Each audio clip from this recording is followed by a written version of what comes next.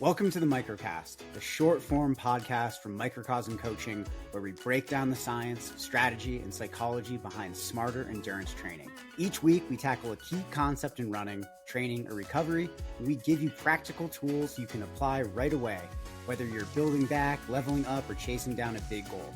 We keep it short, evidence-based, and grounded in real coaching experience. No hype, no fluff, just actionable insights to help you train sustainably and perform at your best. Let's get into it. Over the next few weeks, we're going to introduce you to a few other Microcosm coaches on our podcast, so you can hear a little bit from them on who they are and what they're about. I'm James Nance, a running and cycling coach based out of Fort Collins, Colorado.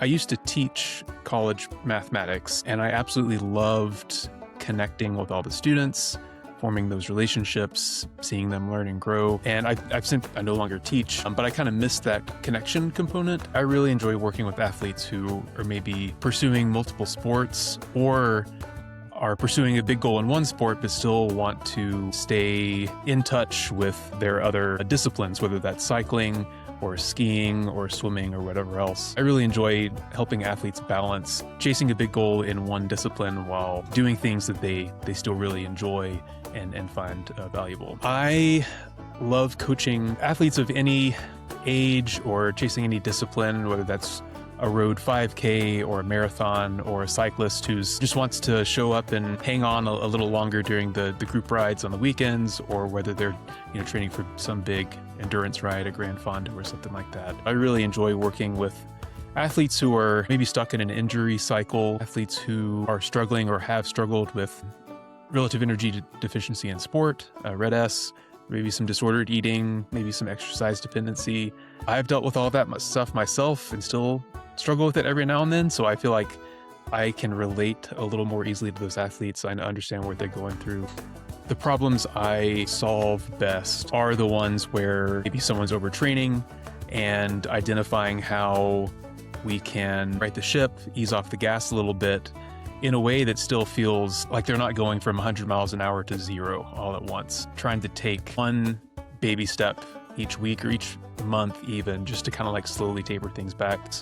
So if we can find one thing to tweak each week or each couple of weeks and just slowly work away, that seems to be a really impactful way to approach some of these problems. My hot take is that I don't enable any of the color coding of workouts in Training Peaks. I feel like seeing those colors, it assigns like bad to red and not good enough to yellow. And I really want to get away from that mindset, because sometimes taking a red day or skipping a workout could be you perfectly executing your training plan.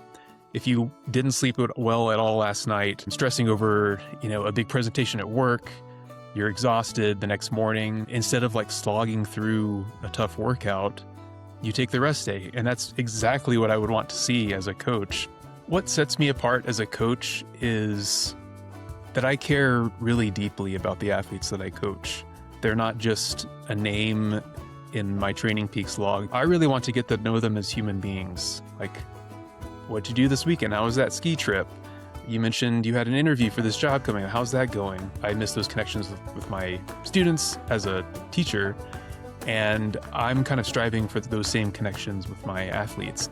Help multi-sport athletes chase big goals and dreams while staying in touch with their athletic identity, whether that's running and then going on that group ride on the weekends, or doing some downhill skiing on the weekends, or whatever else that they're able to do that expresses themselves as an athlete. I help them retain that in their athletic journey. If you want to get to know Coach James or anyone else on our staff, reach out. We have roster spots available. microcosmcoaching@gmail.com. Hey there. Hi there. Hello there. So we were going to record a better intro, right? We were going to figure out what I that never is. think about it. Go turn the mic on. And I'm like, ah. And so then we end up saying, we're back. We're back. And we're consistent. And we're consistent. Got our level It's the one. most important thing. Level one training priorities Level dialed one in. training priorities, the foundation of your training hierarchy. Well, I'm glad that we're here today because we're going to... Because it sure beats the alternative. Yes.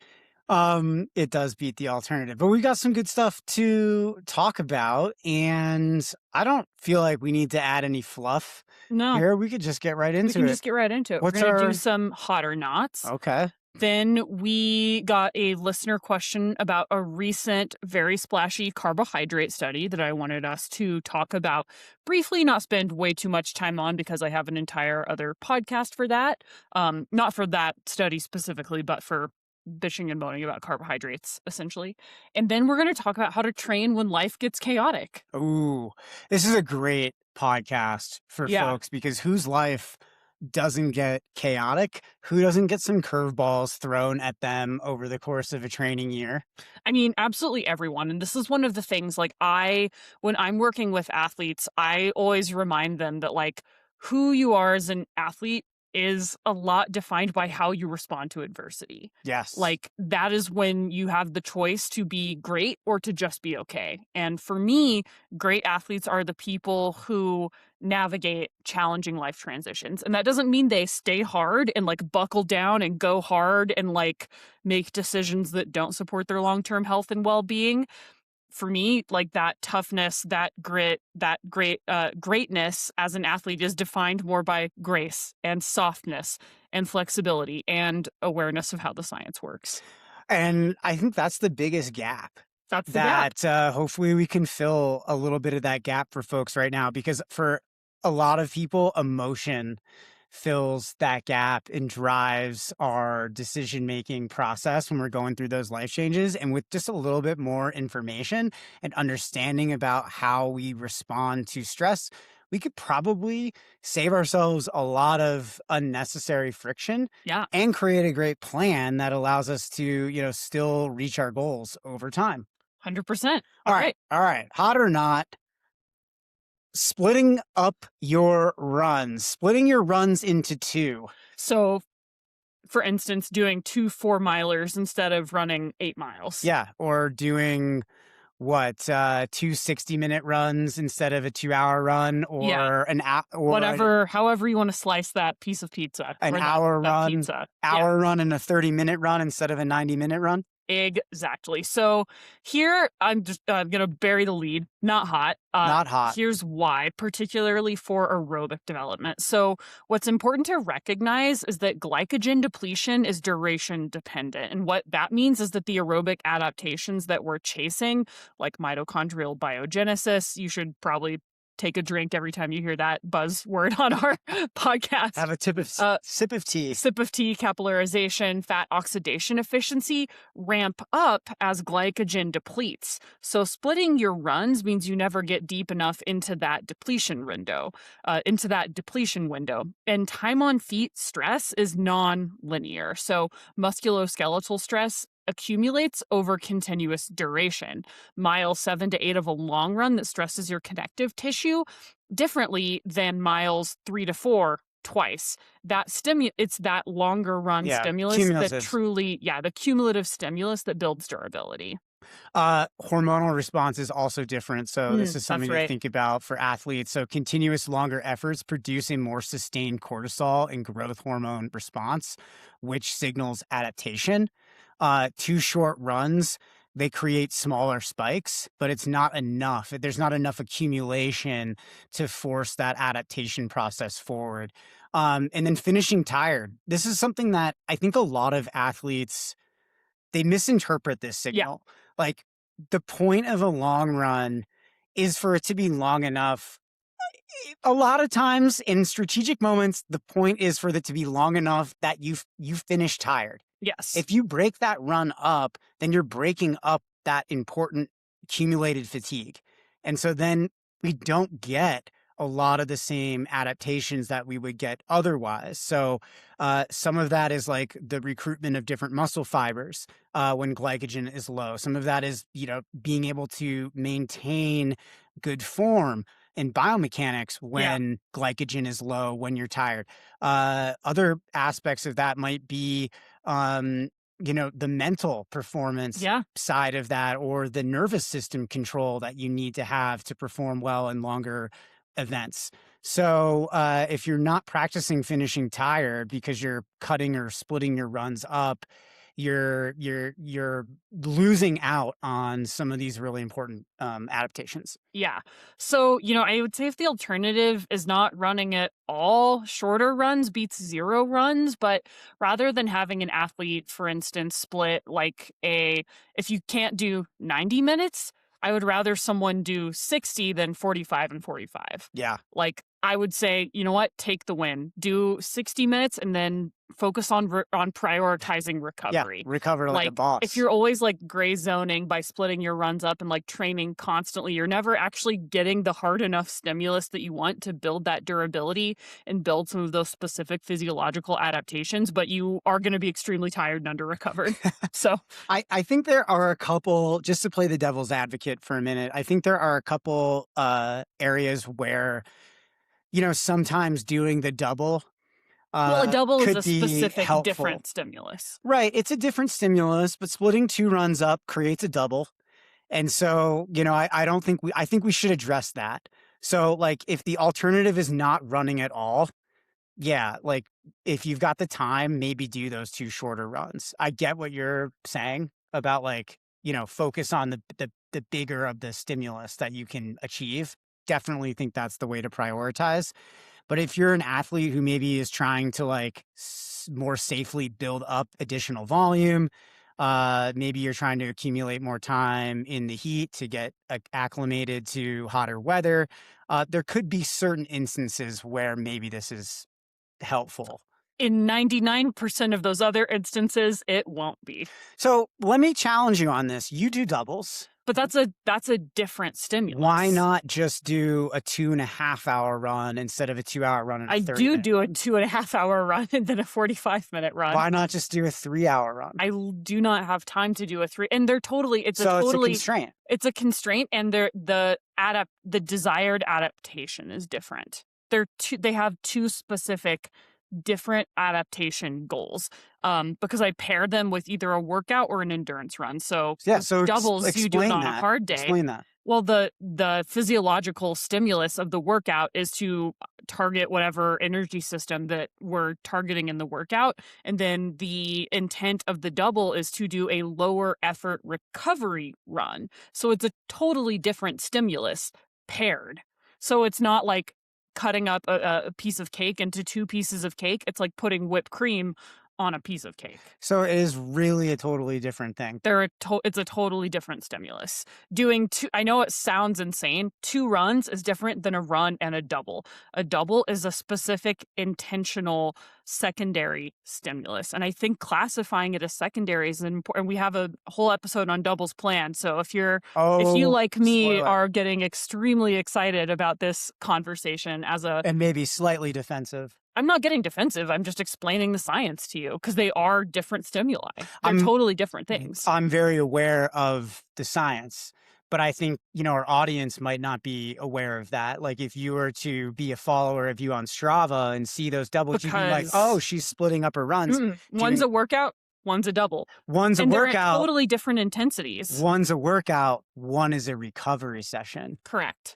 So it's not one's a workout, one's a double. It is, like you said, 2 really specific things. One is meant to create that very linear time on feet, stress of the glycogen stores, musculoskeletal system to create the mitochondrial biogenesis, angiogenesis, and all of those processes that happen during aerobic training. The other is to recover from that stress. It's basically circulation and like really low level, like mitochondrial stimulation. So those are different things, and we'll tease out those differences additionally on our doubles thing. But again, I think it's just worth recognizing they're totally different stimuli. Yeah, even though they seem superficially, like if you're just looking at someone's Strava, I guess it would look pretty much the same, which is why you shouldn't spend that much time on Strava. Damn it, I should not design my training based on what I see just people whatever do Hayden on Hawks Strava. Yeah. Hayden Hawks, if I did the same training as Hayden Hawks,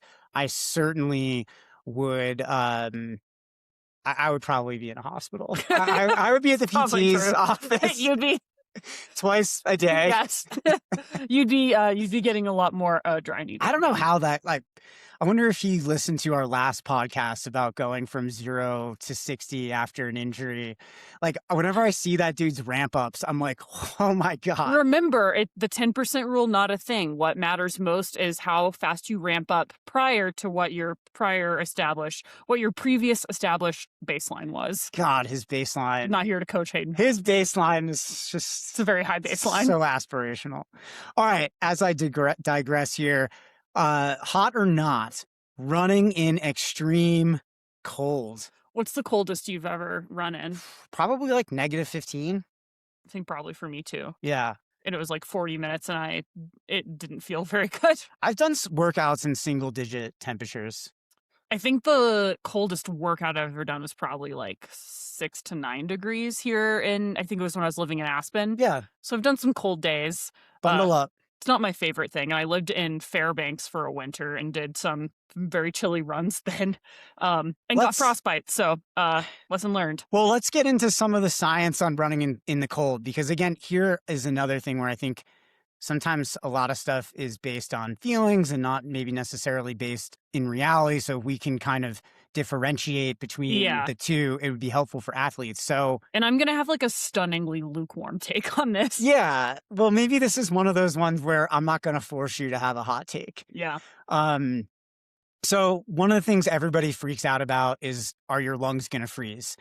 And no, they're not going to freeze. The air is warmed to your body temperature by the time it reaches your lower airways, even at -40 degrees Fahrenheit. So air hitting your lower airways, it's warm enough, it's humidified, it's going to be all right. Your lungs are not going to freeze. But tell us what actually could be happening that's challenging. One of the challenges you can run into is cold-induced bronchoconstriction, which is real and something that a lot of runners encounter because some folks, especially folks with asthma, both you and I have exercise-induced asthma or exercise-induced bronchoconstriction, will experience airway irritation and coughing. So that's where I would not recommend running in extreme cold. I would say like anything under like 20 is like very cold. I don't know what the actual definition of extreme cold is. I would say sub 20 is really when I start. Yeah, in the teens is when I'm digits? Like, that's freaking cold. Single digits is really freaking especially cold. With humidity. Teens is where I'm like, there's a world where like if it's sunny and somewhat dry, it could be okay because we live in Colorado, but in other places, like the teens in Arkansas feels really freaking cold. Feels bad. Does not feel good. I'm not running in teens in Arkansas. But you can put a buff over your mouth, which can help warm and humidify the air before inhalation. One of the big concerns, though, is still going to be frostbite, which is a real limiter here because exposed skin can get frostbite in 10 to 30 minutes at temps below 0 degrees with wind chill. So factoring in the wind chill, extremities like your fingers, toes, ears, nose are the most vulnerable due to vasoconstriction shunting blood to your core. When I worked at NPR in Alaska, I got I got frostbite all in my face and my fingers still have nerve damage from it. Gosh. So I have become less tolerant of the cold since then. And your performance declines too, which is like way before you get frostbite. I want us to just think about like, it is okay to not make running harder than it needs to be. You don't get like David Goggins points for running in Arctic temperatures if you don't have to. Like if you enjoy that and it feels safe and you know your body and you go with God, I'm excited for you. God bless. But like, there's no award. Like, I know we all love seeing the inspo of like the, runners like shoveling off the track and like running in whatever degrees and the icicle face selfies. Like, that's fun. I'll throw one of those runs in a year. All the other days of the year, you can find me watching Real Housewives on the treadmill. I feel like, have you ever seen this video where it's like a news reporter? Is this the perfect texture for running? It's like, it's like there's like a snowstorm. Yes. It's like 15 degrees. And the reporter's like, hey, runner, like, what are you doing out here running? And the runner's like, this is just like the greatest time to run. The texture's so good. She says it's the perfect texture. It's the perfect texture. And like and then the camera like pans to them running and they immediately like slip and fall like really hard. Yes. Yeah. This conversation kind of reminds me of that, where it's like, It's the perfect temperature for running. There's nothing to prove out there. Yeah. Like, hit the treadmill. Hit the treadmill. Please. Like, if it's uncomfortable for you, if it's going to cause exercise-induced asthma, if it's going to cause a lot of coughing, discomfort, it's okay to just run indoors, to cross-train, or take an extra rest day. Yeah. It's important to note, too, that your performance declines in the cold. Your muscle contractile function decreases, your reaction time slows, your RPE feels higher at the same pace. Some of that's going to be fine for easy runs. That's really not ideal for quality workouts. So general guidelines, don't fuck around below 0 degrees Fahrenheit. Shout out to our Canadians. I don't really understand centigrade. Every time I travel in Europe, it's a shit show. Above 0, really be intentional about dressing appropriately. I'm not doing anything below 0. Really not recommending that for folks, because that's really where frostbite becomes an issue. And that's where I would really recommend folks definitely hit the treadmill. And 20 degrees is where I am really like, this is treadmill for me. So, hot or not? I think the real question is this run worth the logistical hassle and risk, and looking at the trade-offs? Easy runs in the cold are fine, maybe, but annoying. Quality workouts in very cold conditions are just going to be suboptimal stimulus. So I would say save it for the treadmill. I know I cannot stride out if I'm wearing a shit ton of layers. And for me, I'm always going to prioritize quality over like mental toughness points. Workouts are just slower in the cold. So if you're here in Colorado and it's, 35 degrees outside, that feels pretty reasonable once you're used to it if it's sunny. Yeah. But if it's 20 degrees and cloudy and there's a cool breeze in the air, don't expect the same output levels. Nope. Make those little mental adjustments out there, and definitely don't push to create like the outcome that you emotionally feel like you should have. Yeah. Because you're only going to get yourself hurt. Yes. Okay. Here is my hot take, is that I think trail running in snow and ice is super, super overrated. I think road running on snow and ice I think is it's all also overrated. really I am not great. From the South. I do not love winter. I also think it's really important. Again, this is one of the things where, like, I don't control what you do with your life. You're an adult, live your life. But it's important to acknowledge that, like, if you're trail running and there's like enough snow that you're like wearing traction and stuff like this that we see people doing all the time, the quality of your run is going to be different for a lot of folks. And I think that it's important to acknowledge why it's a lower quality than it maybe even feels. If you just need like your mental health journey in the like quiet, frosty Robert Frost woods, like, fine. Here's what I'm talking about. So let me just step in and talk about some of the challenges here. I think the first thing is pace is artificially suppressed when you're running in the snow on ice. You're working a lot harder at you're working a lot harder at significantly slower paces. So higher heart rate, higher RPE. And your cardiovascular system is getting a greater stimulus than it would normally be for those output levels.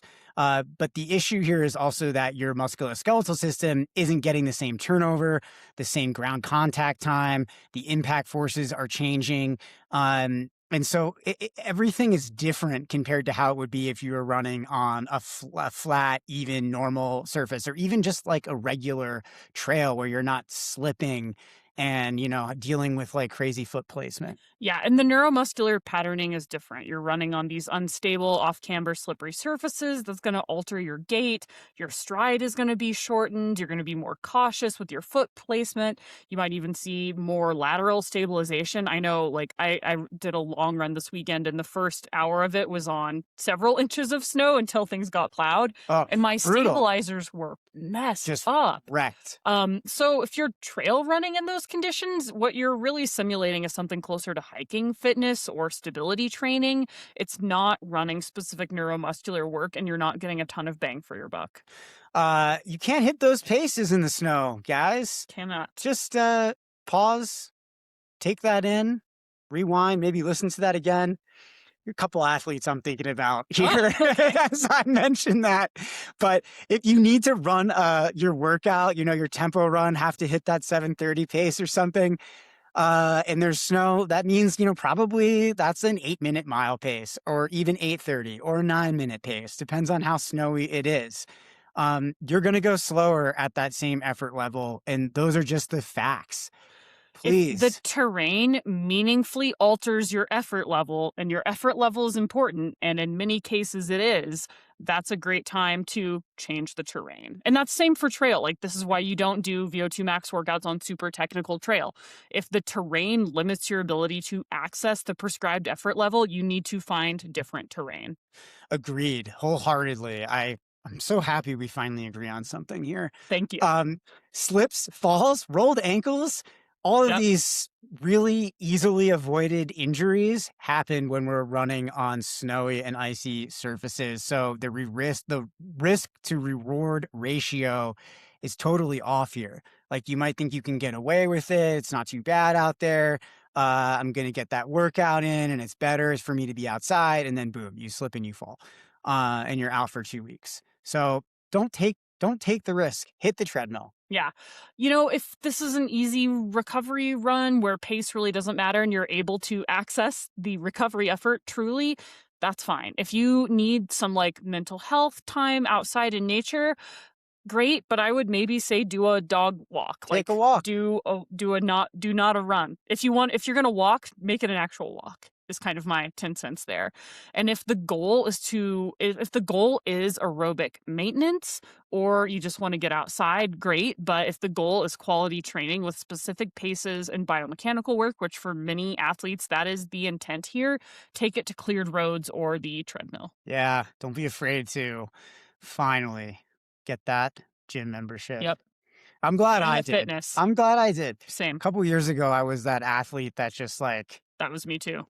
doesn't matter the weather, cold, wind, snow, ice, hurricane, I'll be out there getting my workout in no matter what. And like, finally, I think it was 3 years ago, deciding to like bite the bullet and just like figure out a way to pay for the gym membership just brought Yeah. so much goodness to my indoor running. And now I get to watch shows like Landman. Yeah, I had lower leg issues. Like, I put extra strain on my Achilles because of the additional stabilizing from running on a bunch of off-camber snow one winter and wearing trail shoes on the road, which like messed up my Achilles royally. So like, there are implications here. Again, if you're like one of those people who's like, oh my God, it's 42 degrees. That's too cold. I could never run outside. Great time to build some mental toughness. Yeah. So think about what your hard mode is and act accordingly. Act accordingly. All right, listener question. Hey, Zoe and TJ, I just saw a paper making the rounds that says we've had high carb fueling all wrong, and that you only need about 10 grams per hour during long runs. It's published in a legit journal and cites over 160 studies. Should I ditch my gels? What's going on here? Oh my God, this is so wild. Oh, Thank you for this. My gosh, guys, So- we had it all wrong. We had it all wrong in this one study. The one shocking trick doctors don't want you to know. The shocking truth. Of carbs. So the paper itself is Carbohydrate Ingestion on Exercise Metabolism and Physical Performance by Noakes et al., which came out this month. It is 50 plus pages, 160 plus citations, Damn. and it claims that we've been doing it all wrong for decades. Shocking. Some other wild takes in this paper are that you don't need to carb load, news to me, that you only need 10 grams of carb an hour for optimal performance. Wild. That's a single Swedish fish an hour. And that the current guidelines that recommend 60 to 90 grams an hour they're suggesting that you need like 1/6 to 1/9 of that. Yes, 10 grams, guys. 10 whole grams. 10 whole grams. What even gel is a 10 gram? Go back to your old spring energies. Yeah, I could get a dust off the expired spring. Here's why people should be skeptical of this. So it's a narrative review. It's not a systematic review or even a meta-analysis. And narrative reviews are studies where authors get to pick the studies to include and how to interpret them. This is an extremely Whoa. vibes-based way of but they look the same. Like, I know that if you're just like scrolling social media, the studies like will look the same, but a narrative review means you can cherry pick shit. And then they you can did. decide, and they absolutely did. and then the authors choose how to interpret them. This sits at the bottom of the evidence hierarchy, with meta-analysis being at the top. So the methodology here is essentially, I read a bunch of stuff and here's my take. No, it's I read a bunch of stuff. I grabbed the stuff that supports what I wanted to say. What anyway. I want to say. And so then I'm going to present that. And here's where I think it gets extremely juicy and where I can bring put my Real Housewives hat on. Every author on the study is a known, published low-carb advocate. 2 of them have written low-carb diet books. Two of them have ketone-related patents. Oh, yeah. Therefore, vested financial interest in the low-carb part of the equation. Again, any raw milk patents? No raw milk patent in the disclosures. All 5 of these folks have built careers around challenging conventional sports nutrition. That doesn't make these things automatically wrong, right? Like, they did disclose these things. We love transparency, but it does mean we have to read the science with the same skepticism, like as if you read a shoe study that was put out by Nike, or if like you put out a study that was like why jazz is the coolest. It would just be like, yeah, I'm going to take that with a grain of salt. No, it's the facts. The facts. So let's get into this 10 grams is enough problem. So claim comes from the 2024 study by several of the same authors. I love citing myself. Yes. And they tested 10 grams an hour versus the placebo, and both groups improved by 22% with 10 grams of carbs. What they did not test was doing 30 grams of carbs, 60, 90, 120 grams of carbs an hour. So the comparison was no carbs versus 10 grams of carbs. So we can deduce from that, of course, the group that had some carbs performed better. Because basically what they're doing is they're comparing almost nothing to slightly more than almost nothing. Right. And declared that that's optimal. So it's like testing an SPF 2 sunscreen versus no sunscreen and then being like, well, SPF 50, who needs it? Yeah, that's bad. It doesn't work. Yeah, don't so need that. We do have research that has tested dose response of carbohydrates, and it shows continued benefits at higher intakes. Multi-site study found the greatest enhancement, again, at that 60 to 80 grams an hour, and trained athletes, again, in previously published research, have been shown to benefit from 90 to 120 grams an hour with gut training, being an important caveat there, but also like train your gut, you know? Please don't do 10 grams of carbs an hour. Okay, so what the higher quality evidence says, again, meta-analysis of 50 studies, carbs during exercise. Randomized controlled trials, yes, which is what we're looking for. Thank you. 30 to 80 grams of carbohydrates improved time trial performance by 2% and time to exhaustion by 7.5%. 2%, 2% in a 3-hour marathon equals 3 to 4 minutes. So what's the difference? That's a Boston qualifier versus not. That's a podium versus having a nice participation medal. So these kind of 2% gains are hugely important. Significant. 2% of, this is not, the same percentage would look different at a 100 miler. So maybe I won't make that low-hanging comparison. Because it would just be too many hours better. And the American College of Sports Medicine, the International Olympic Committee, all major sports nutrition bodies recommend 60 to 90 grams an hour for events over 2 hours. Like, this is unanimous. And these are not like, it's not like the Swedish Fish Association of America. It's the IOC. Like, yeah, there's some money argument to be made there, but not with carbs. This is based on decades of controlled trials. It's not based in like vibes, feelings, or big gel propaganda. The big gel propaganda. This is something we get at YDS all the time. People accuse us of being like big in the pockets of big gel, which I wish, dude. I just paid $300 for nutrition, and I was like, fuck. I'm in Never Second's pocket. Yeah. I pay $300 a month for nutrition. Basically. They're in my pocket. Yeah, they're in my pocket. I'm cucked by Never Second. So, okay, take us into this next section here. I think it's important to point out who isn't in the study as well.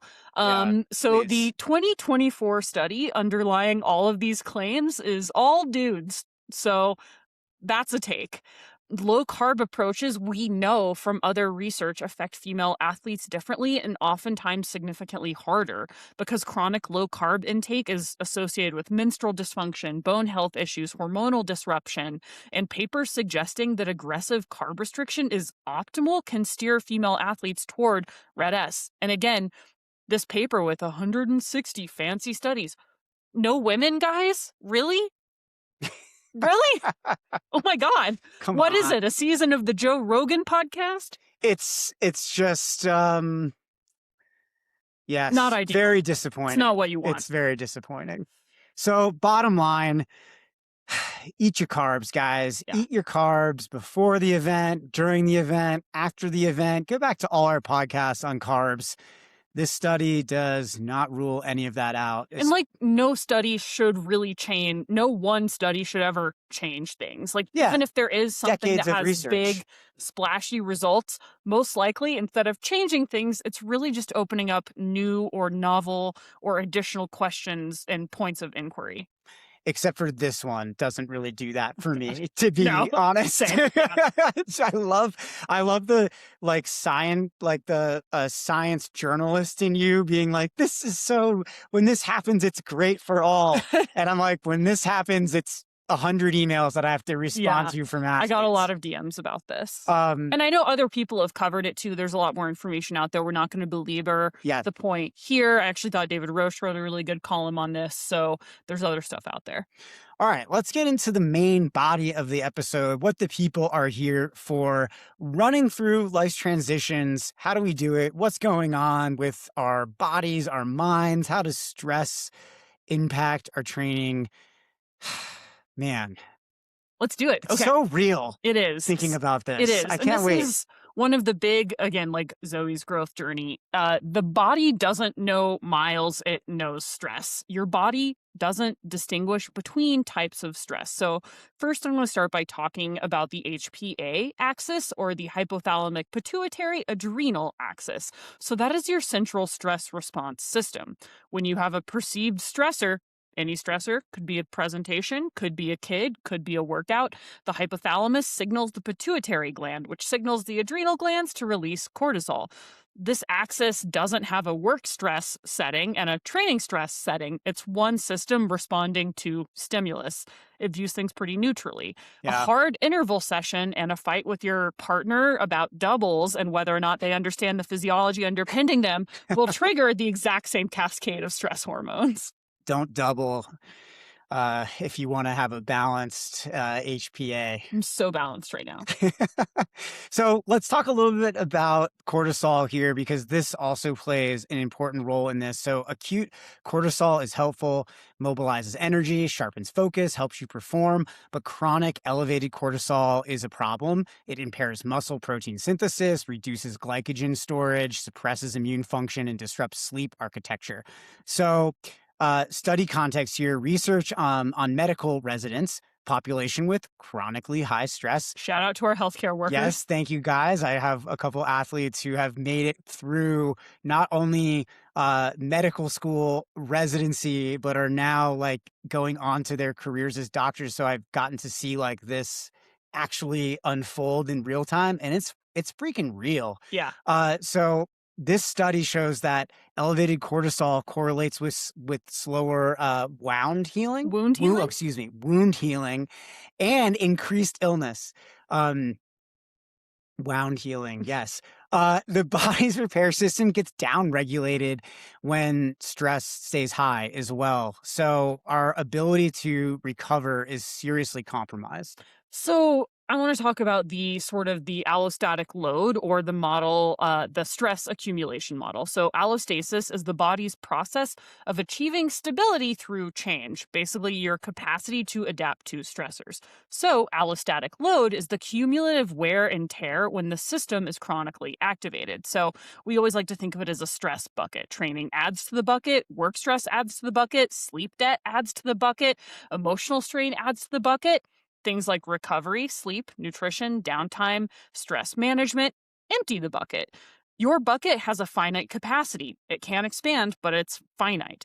Overflow equals breakdown, illness, injury, burnout, performance decline. So, during life transitions, your bucket is already significantly fuller before you even put running shoes on. I think that's the key to understand. Like, if you're going through a life transition, your bucket is already fuller. I borrowed that metaphor from our former dog trainer because we had a really a dog with a crazy allostatic load. His bucket was full. His bucket was full. It was overflowing. He overflowed. Yes, we're lucky to be alive still. God Me, damn it, mainly. Walter. You weren't bit half as many times No, as me. it's true. So what that means for your training is that what was maybe a normal training load for you can become relatively heavy training load when life stress is high. Your adaptive capacity is already being used elsewhere, and the same workout that built fitness last year might just dig a hole this year. So Yeah. maybe we really like RPE based training, rate of perceived exertion. This is backed up in the evidence. Maybe walk us through why you should embrace RPE and why that might shift when life stress is high. So I think it's key to understand that when life stress is high, our RPE is going to be higher for a given output level. And so RPE really correlates again with heart rate, lactate, ventilation, physiological and emotional load. So as our physiological load goes up and we are not recovering well, RPE tends to increase at, lower effort levels. If our emotional load is high, maybe we're going through a life change that's very emotionally difficult, same thing happens. RPE is going to go up for, output levels that we wouldn't normally correlate with that, rise in RPE. And so during like high life stress, RPE rises at the same, pace and power because elevated baseline cortisol affects our substrate utilization. So we're less able to efficiently, use glycogen. We're not actually able to replace glycogen as quickly, and it's not as readily available as fuel as a result of that. Compromised sleep impairs cardiovascular efficiency and thermoregulation, and cognitive fatigue shares resources with physical effort regulation as well. So, we're starting to lose vital resources that would otherwise be going to the training. We don't have them anymore. Yeah. So everything feels harder. Yep. So, when your RPE increases in these moments, that's not your body lying to you. It's a really important piece of information that you shouldn't discount because it's your body telling the truth about total system load. So I think one of the big ones here is sleep disruption, which can really multiply a lot of these things because sleep is where the recovery magic happens, growth hormone release peaks, sleep, tissue repair accelerates, your memories consolidate, your glycogen restores. But if you're chronically sleep deprived, getting 7 hours or less persistently, it has measurable effects like reduced growth hormone secretion, impaired glucose metabolism, increased insulin sensitivity, elevated inflammatory markers, decreased testosterone in men, disrupted hormonal rhythms in women, and increased injury risk. Go back and listen to our science episode from a few weeks back. And so with life transitions, we have this compounding problem. Life transitions often directly disrupt sleep, new baby, new job, anxiety, stress, insomnia, moving chaos, and you lose your primary recovery tool right when you need it most. So this is, I think, a place where HRV can be a valuable tool because HRV measures the variation in between heartbeats. Higher variability generally indicates better parasympathetic tone and recovery status. Both life stress and training stress reduce HRV. So if you track HRV, expect it to look different during transitions, even if training stays the same. That's the bucket filling. Let's talk for a second about female athletes here because the menstrual cycle is a vital sign of overall health and recovery status. So if there's disruption, women do have that kind of early warning signal that men don't necessarily have. Shout out to our bodies. Yeah. Cool stuff. Chronic stress, including underfueling relative to demand, can suppress the hypothalamus. Mhm. So the downstream kind of effect of that is lower estrogen and progesterone, which can cause irregular cycles. And, that's the body's, the body coming out and warning a female that like, hey, Yeah. you know what, like something is off here. Our inputs and outputs don't match. Um, it's a little harder for men, honestly. We don't quite have those same signals. Men do have overnight erections to think about as a sign of hormonal health. But to be honest, that can be harder to track. The devices that you have to acquire to track those are really extreme. Kylie and I looked into this for YDS once. There's that guy that the like Brian Johnson. Yeah, his boners. He has some kind of a device. He does. It's like a little collar he puts around his junk at night. I wonder if that impacts his sleep. I think it impacts a lot of things. Leashing up your penis. Oh my God. Leashing it up? It's like a little leash. It's not good. I'm going to have to do some research. My YouTube algorithm is so cursed. But I think it's worth acknowledging that the threshold for menstrual disruption is very individual, but elevated life stress lowers it. So an athlete who maintained normal cycles at a certain training load might lose them at the same load during a big life transition. So again, just want to reiterate that adjusting training during transitions isn't giving up or being soft. It's responding accurately to physiological reality. The body is telling you the truth.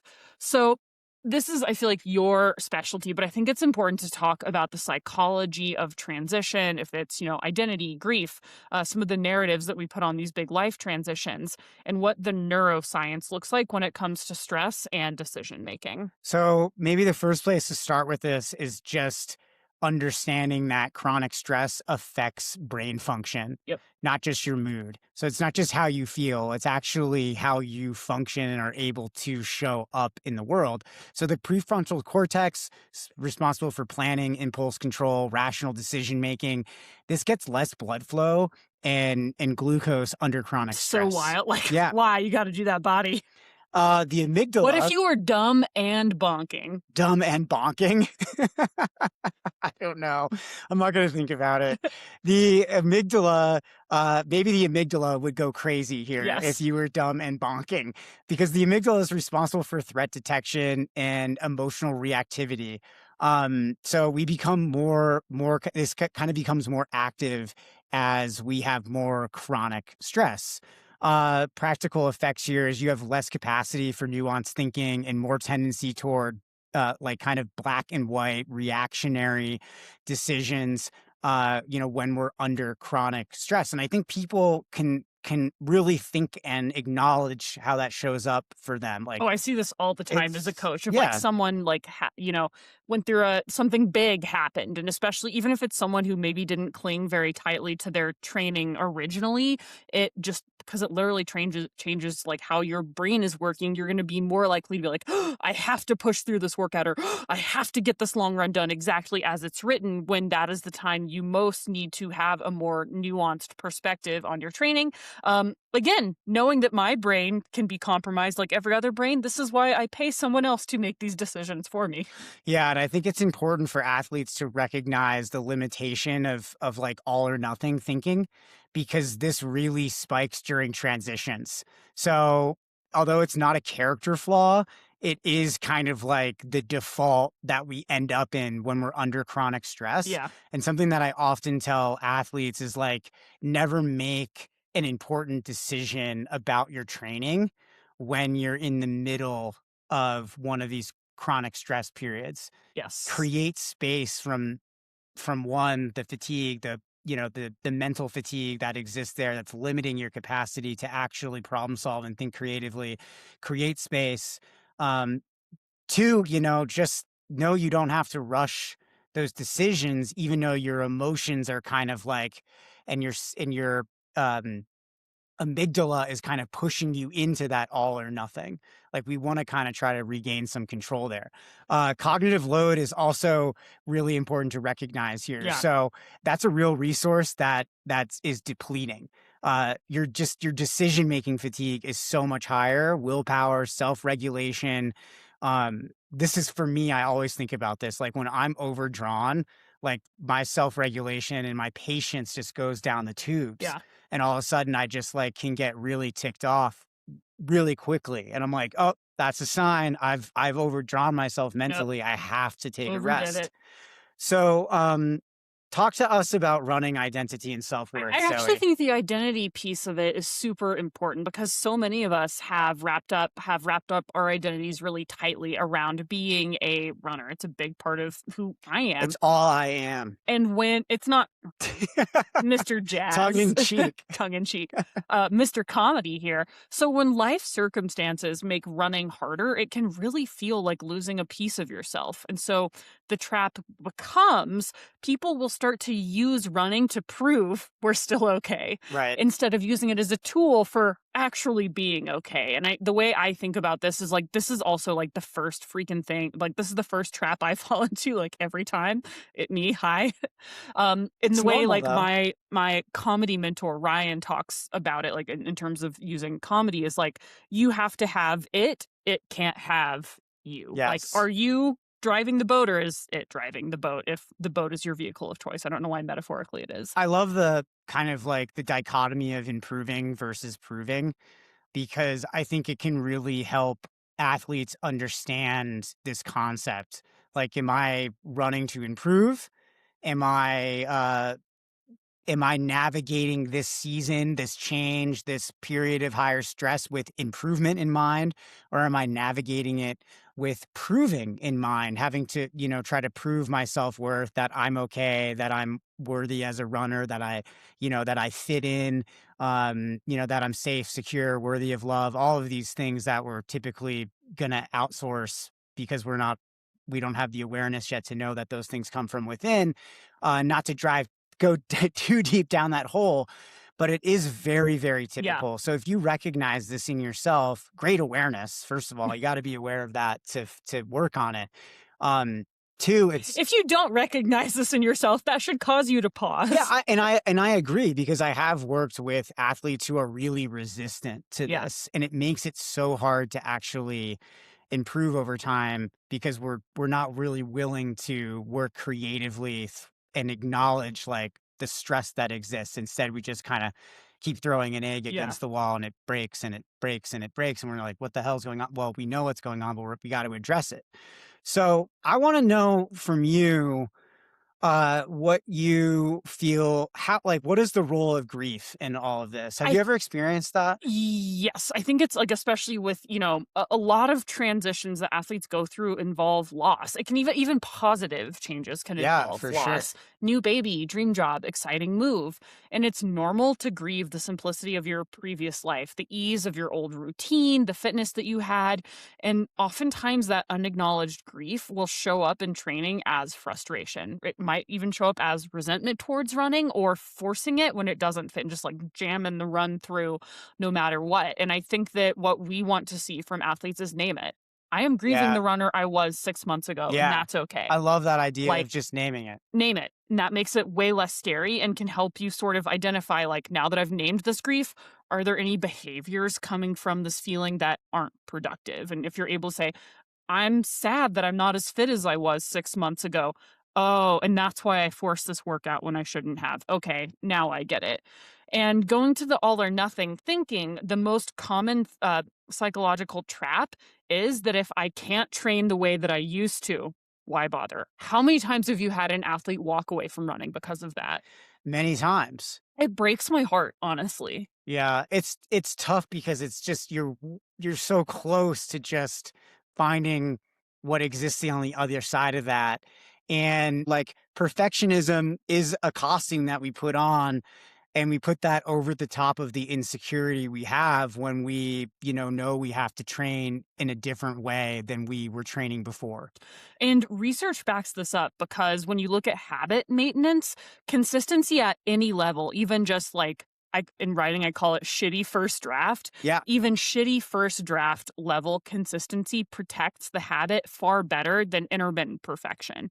There was a study that showed that research on exercise adherence, people who maintain even minimal activity during disruptions are significantly more likely to return to full training than those who stop completely.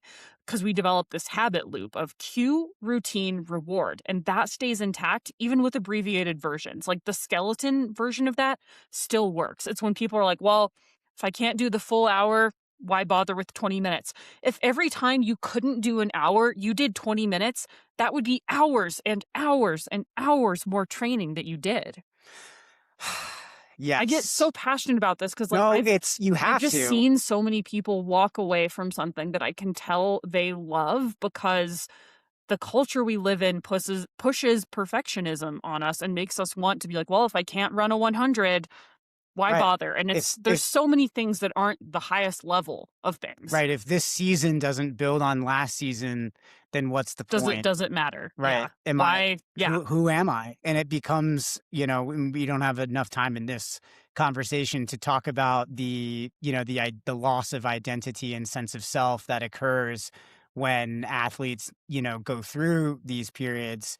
My biggest advice would be to ask, what could be in this moment of transition instead of rather what can't be. Yeah. Bring curiosity to it. And I think you'll be, pleasantly surprised about what you can accomplish. So I want to talk about some of the actual training principles for training through life transitions now. So the first thing that I want to come to is flip your hierarchy. Life leads, running follows. In normal phases, you might have a little more liberty to plan your life around the training, Saturday long run, Tuesday track workout, whatever it is. If you're going through a big life transition, flip it. Training fits into whatever cracks exist. That's not failure. That's appropriate periodization for the season of life you're in. And, we coach a lot of busy people for whom that's kind of their default state. And these people are amazing at embracing imperfection a lot of times and making it work. And it is a big change to sort of be like, oh, now I don't have as much control. And if I can't control it, then it becomes like less comfortable to engage in it all. So I disengage. And that is, I would just say, flip it, make it imperfect, get it done. I would also say the second principle here for athletes to think about is protecting your frequency over volume or intensity. So the research on detraining is really, I think, reassuring. I feel like our podcast almost is like more about detraining than training sometimes. Well, that's because everybody freaks out. Everyone freaks out about this stuff. But if you listen to last week's episode, you kind of know some of these key insights here, but your aerobic base is only going to decline, after, 2 to 4 weeks of complete inactivity.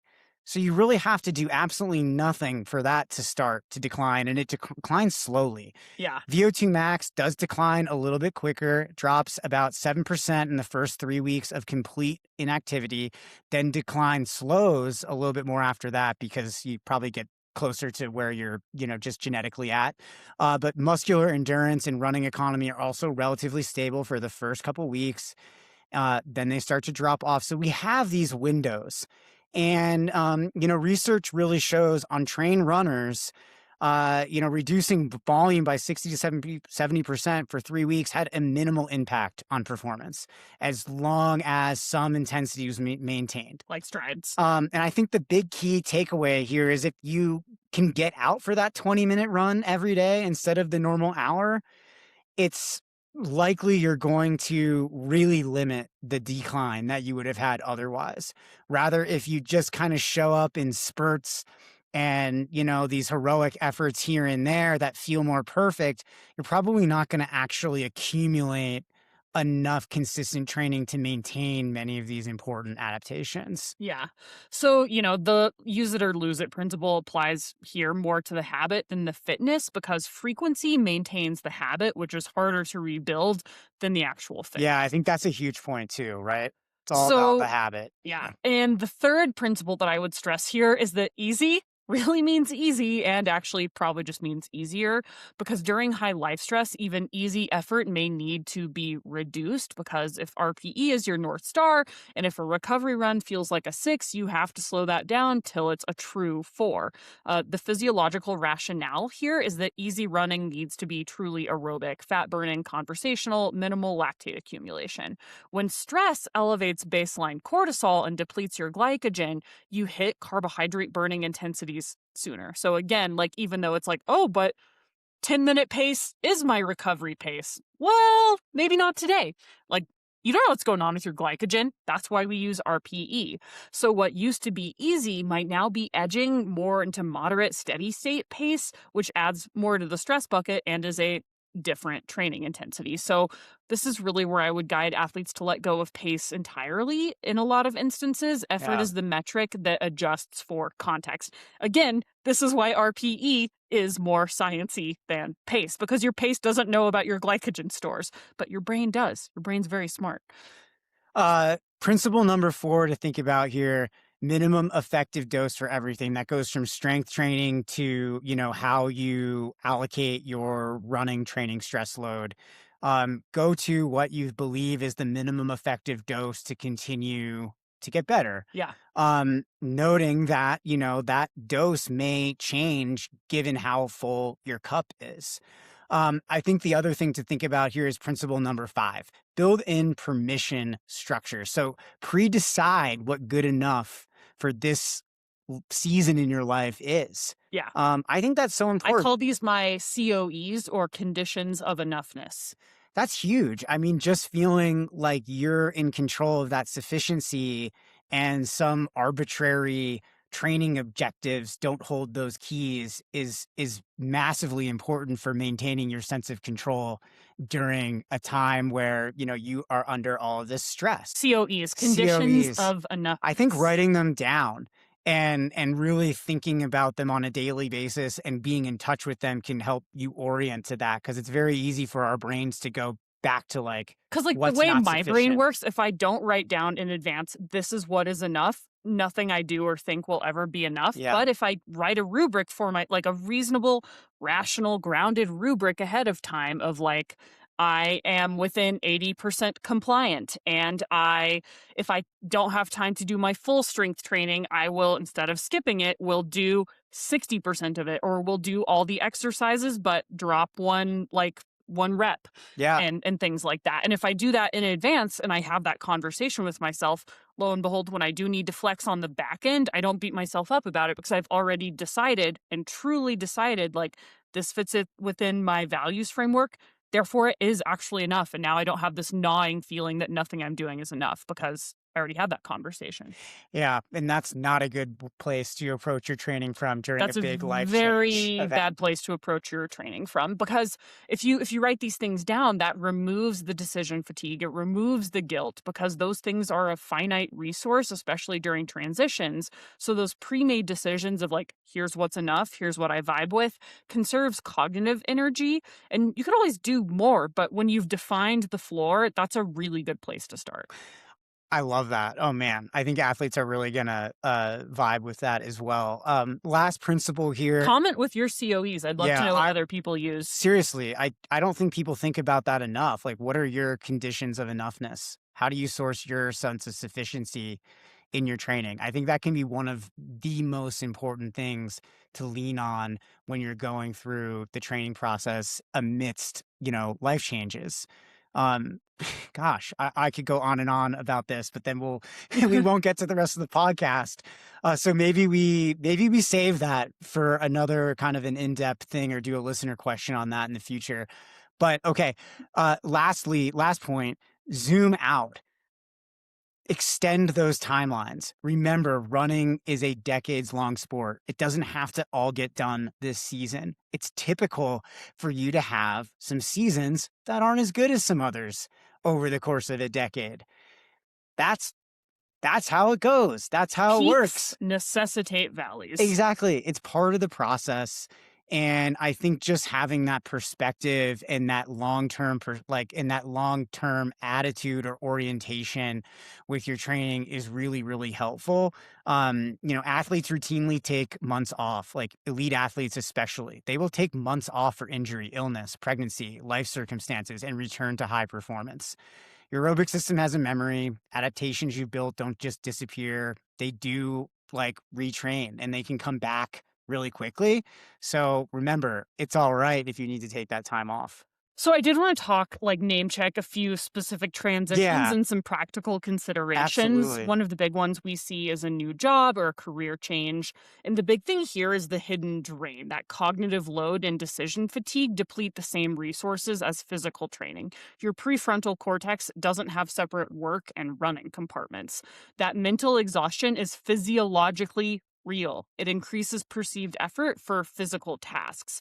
So I would say that here, one of my big pieces of advice is to focus on a morning run will oftentimes become more reliable than an after work run when willpower depletion is real. Yeah. Research on self-regulation shows that declines across the day. So one big thing that we want these job transition folks to watch for is using running to earn rest or decompress from work stress in unsustainable ways. Yeah. Training is stress. Yep. Get that running early. Yep. I definitely don't want to skimp over new babies in early parenthood. This is Yep. a big thing. I know we both have coached a lot of athletes Shout out to our super parents. yeah, and our coaching athletes who are going through this right now. So sleep deprivation, this is absolutely something that we are aware of and have to be aware of.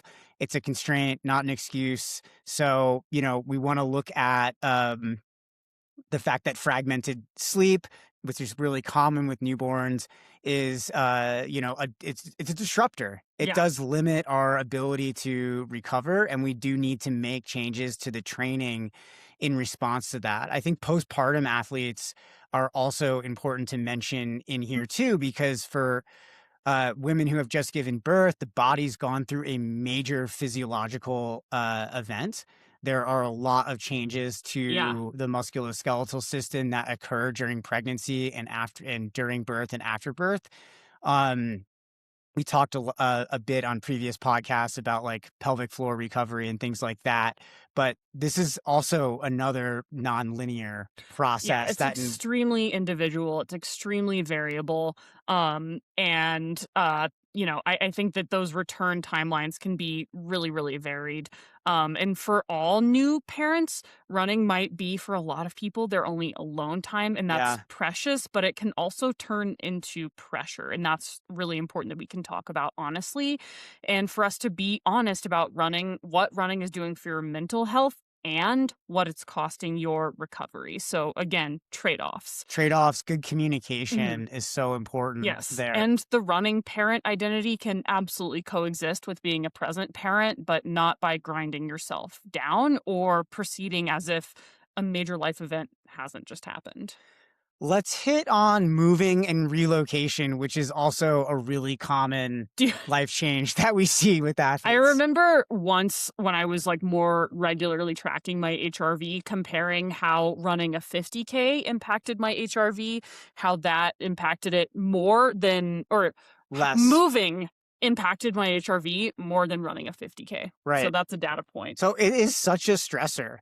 And often everyone underestimates this. Like, Chronic underestimator of this. I'm going to get my 3-hour long run in and I'm going to move, You are not. to the next town over with Nope. all my stuff in a U-Haul and unload it myself. It will Yeah, not be happening. sure. It is like novel for a lot of people. We're not moving all the time. And that I think sometimes creates this situation where we underestimate it. But moving is really fatiguing. The brain uses more energy processing new environments. Familiar routes and familiar things require less cognitive effort, while rather new things require more cognitive effort. And this is why, you can think about like the same run feeling harder in a new place. Like 3 hours on trails I've never been on might feel harder than 3 hours on trails I run every day. Yeah. It's a different cognitive and physical effort. So also considering running as a way to explore, build connection in a new place. That's great. We love that. Build out that new running community, but also consider like the stress that you've been under. Maybe you need to take some extra rest days. Maybe you need to adjust the training. So some other things that we see a lot as coaches: illness, caregiving, divorce, loss. I think, again, I just want to preface this by saying that, like, sometimes I hear athletes use the word excuse, and that breaks my heart Right. because it seems to, like, undermine the validity of what they're going through Yeah. and what you're like, These are constraints. fuck the word excuse. These are constraints. Just because something makes things hard and because our culture has trained us to be like, oh, stay hard, no excuses. No, those are reasons that you should adjust. Like, that's being smart. We evolved for a reason. Life isn't excuses. Running might need to become a bigger modality in taking care of our mental health and might play a lesser, like, might be less about fitness for a while. And again, there are trade offs. You can't just say, well, fuck therapy, just going to get Right. really into running. There are physiological trade offs there. Go back and listen to the previous hour of this podcast. Well, and running is a tool, right? Like how we choose to use it matters. Bringing that intentionality to it matters. Maybe we are going through a challenge caregiving for an aging parent, or we're going through a divorce, a loss of a loved one, and that alone time that we get helps us process. Okay, if I have that intention, then what kind of time should I allocate to this? Well, probably 60 minutes or less, because that's going to have less stress on our system. How many days a week? Well, I need to get out every day. All right, so how could we polarize that 60 minutes? Like, not every run should be 60 minutes every day. Like, we can make small adjustments to stay in control of this process and make it about something else. We could make it about being good for your mental health instead of fitness. And acknowledging that the body will ultimately keep the score. Your unprocessed emotions and stress will show up in training whether you acknowledge it or not. I think this has been like a big learning curve for me. Research on bereavement shows elevated cortisol, disrupted sleep, and immune suppression for months in people experiencing grief. Again, those are not excuses or feelings. It's hard. Those it's are real. physiological realities. And so here with athletes, I always want to talk about what a productive break might look like, an intentional, productive, supportive break. Not just like, I'm going to peace out, ghost my coach, never talk to them again so that they're extremely stressed out and wondering where I am. And No, have the training prescription is time off. Yes. Yeah. So yeah, I don't know. Maybe we can start with like reframing the narrative around life chaos. I love that. So guys, remember, you don't lose fitness. You're invested in working through a challenging season. And like working through it, no matter how imperfectly, is always braver, is always more courageous than just throwing your hands up and saying, I'm a perfectionist, screw it. Right. I'm not going to get vulnerable and muddle my way through it like an imperfect, lovely human. And the process of detraining is always slower than we think it is. Yeah. We feel like it's going to happen so fast, 3 days off. All of a sudden, we're not going to be the same athlete that we were yesterday. We worked so hard to get to where we were, but it's just not the reality. Mhm. And it's really, really important to kind of like meet the emotion of the moment with the strong research-backed evidence.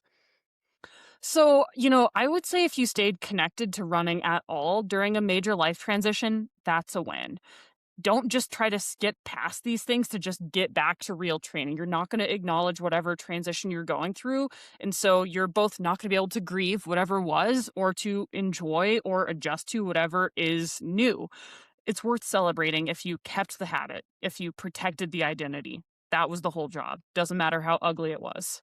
And a lot of times it will be ugly. It's human life. What do you want? So, guys, if you're in a transition period right now, if you're working through something, define your good enough.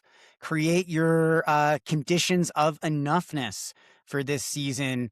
I think that's going to help put you in the driver's seat. It's going to help, you continue to train, but in a way that's productive, that takes into account the other stress that you feel. And, that's going to help you, make the most of this season, whatever you need right now. Yeah. And if you're working with someone, if you're coaching someone, supporting them in a transition, help them lower that bar without shame, without stigma, and keep playing the long game. Just keep showing up. Stack a brick every day, no matter how ugly. Get those recovery bricks in there. Just keep showing up. All right, guys. Thank you. I hope you found that really helpful. As always, microcosmcoaching@gmail.com, microcosm-coaching.com. We'd love to hear from you guys. Get involved with the community. join our Foothills tier, $10 a month, get some quality group coaching going on, and reach your goals. See you next week.